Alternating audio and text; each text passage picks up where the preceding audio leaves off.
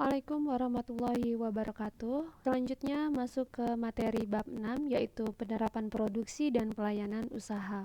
Kita bahas penerapan produksi. Penerapan produksi merupakan implementasi dari perencanaan-perencanaan yang sudah dibuat sebelumnya. Dalam memulai produksi, ada beberapa hal yang perlu dipersiapkan. 1. Mempersiapkan standar-standar kebutuhan bahan baku produksi. Yang kedua, mempersiapkan bagan tahapan alur produksi, dimulai dari 1. Belanja bahan baku, yang kedua persiapan bahan baku, ketiga pengukuran bahan, keempat pengolahan bahan, dan yang kelima adalah penyajian.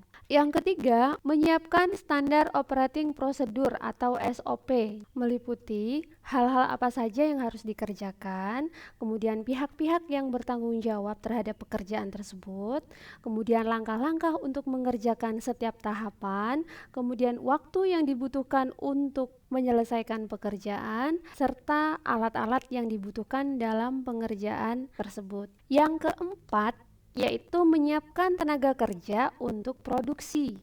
Dan yang kelima, menyiapkan pelengkap produksi seperti kemasan dan persediaan bahan atau barang sebelum memulai penerapan langsung. Setelah melakukan 5 tahap persiapan tersebut, langkah selanjutnya yaitu kita harus menentukan perencanaan khusus bagi pelengkap produksi. Antara lain, 1. Membuat kemasan produk. Kemasan atau packaging adalah suatu cara untuk mengenalkan identitas produk usaha kita kepada orang lain atau calon konsumen. Nah, fungsi dan manfaat dari kemasan produk antara lain yaitu 1. Melindungi produk dari goresan atau cacat yang membuat produk menjadi rusak. Yang kedua, sebagai daya tarik, sehingga kita harus membuat skema warna, desain, ataupun pilihan huruf yang sesuai agar produk kita mempunyai daya tarik tersendiri. Yang ketiga, sebagai identitas produk yang berguna untuk memberikan informasi produk seperti merek, manfaat, komposisi bahan, tanggal kadaluarsa, alamat produksi, serta cara pembuatan dan saran penyajian. Yang keempat, sebagai pendukung keputusan berbelanja. Jadi informasi yang disampaikan jangan berlebihan, karena ketika berlebihan maka informasi yang kita sampaikan tidak akan pernah tersampai ke konsumen. Yang kelima yaitu diferensiasi, artinya pembeda produk yang kita miliki dengan produk orang lain. Pelengkap produk yang kedua yaitu perencanaan desain kemasan produk. Tujuannya antara lain 1. Untuk memproyeksikan nilai-nilai budaya. Yang kedua, memperkuat penampilan estetika dan nilai produk. Yang ketiga, memperkuat perbedaan ragam produk. Dan yang keempat, mengembangkan struktur inovatif. Pelengkap produk yang ketiga yaitu perencanaan distribusi produk. Artinya, aktivitas memindahkan produk dari sumber ke konsumen akhir. Tujuan dari perencanaan distribusi produk antara lain 1. Menyalurkan produk dari produsen ke konsumen. Yang kedua, mempertahankan dan mengembangkan kualitas produk. Yang ketiga, menjaga stabilitas usaha. Yang keempat, menjamin pemerataan perolehan produk di setiap wilayah. Jadi semakin banyak distributor dari berbagai daerah, maka semakin besar akses konsumen terhadap produk tersebut. Dan yang kelima yaitu meningkatkan nilai barang dan jasa. Contohnya, komoditas bawang merah di Brebes, Jawa Tengah yang dijual oleh petani akan meningkatkan harganya saat dibawa pedagang ke Jakarta. Proses distribusi dibedakan menjadi 3 jenis. 1.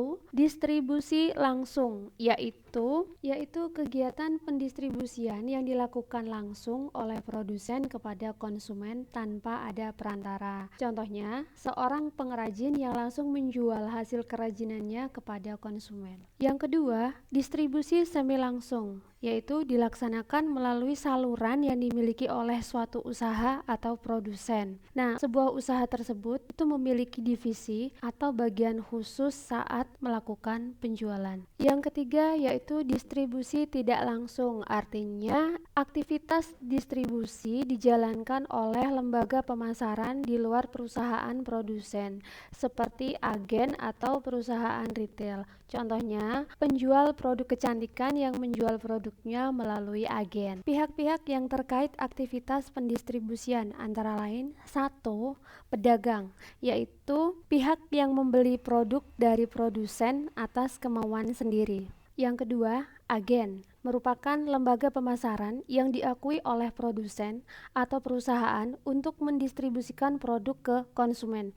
Nah, lembaga ini tuh biasanya memiliki izin atas nama perusahaan produsen. Yang ketiga, yaitu makelar, adalah suatu lembaga atau pihak yang menjadi perantara penjualan. Nah, makelar ini biasanya menjalani tugasnya itu di bidang usaha-usaha tertentu seperti kerajinan barang seni dan lain sebagainya. Yang keempat, eksportir, merupakan orang atau sekelompok orang atau lembaga yang membeli produk dari dalam negeri untuk dijual ke luar negeri. Yang kelima, komisioner, merupakan distributor yang bertugas seperti makelar, tetapi melaksanakan transaksi jual belinya itu menggunakan namanya sendiri. Materi selanjutnya yaitu pelayanan usaha, merupakan kualitas pelayanan yang baik sehingga pelanggan loyal terhadap bisnis kita, bahkan akan merekomendasikan bisnis kita kepada orang lain. Dalam membangun kepuasan pelanggan, ada 5 jenis faktor utama kepuasan pelanggan, antara lain: 1. Kualitas produk. Jadi pelanggan akan merasa puas bila hasil evaluasi kita menunjukkan bahwa produk yang mereka gunakan itu berkualitas. Yang kedua, kualitas pelayanan. Jadi pelanggan akan merasa puas jika mereka mendapatkan pelayanan yang baik atau yang sesuai dengan yang mereka harapkan. Yang ketiga, emosi. Jadi kepuasan yang diperoleh bukan pertama-tama karena kualitas dari produk, melainkan karena prestis atau harga diri yang didapatkan dari menggunakan produk tersebut. Yang keempat, harga. Jadi produk yang mempunyai kualitas yang sama tetapi menetapkan harga yang relatif lebih murah akan memberikan nilai yang lebih tinggi kepada pelanggannya. Kemudahan akses produk. Jadi selain harga, kemudahan dalam akses produk menjadi faktor lain puasnya pelanggan. Jadi pelanggan itu sangat ingin jika produk Anda bisa dibeli atau didapatkan dengan cara yang mudah. Nah, materi yang terakhir yaitu langkah-langkah pelayanan yang baik. Yang pertama, memberikan pelayanan yang cepat dan tanggap. Jadi tidak asal cepat, tetapi juga sesuai dengan apa yang dimaksudkan oleh pelanggan. Jadi jika memang terjadi banyak antrian, solusinya adalah staf itu bisa memberikan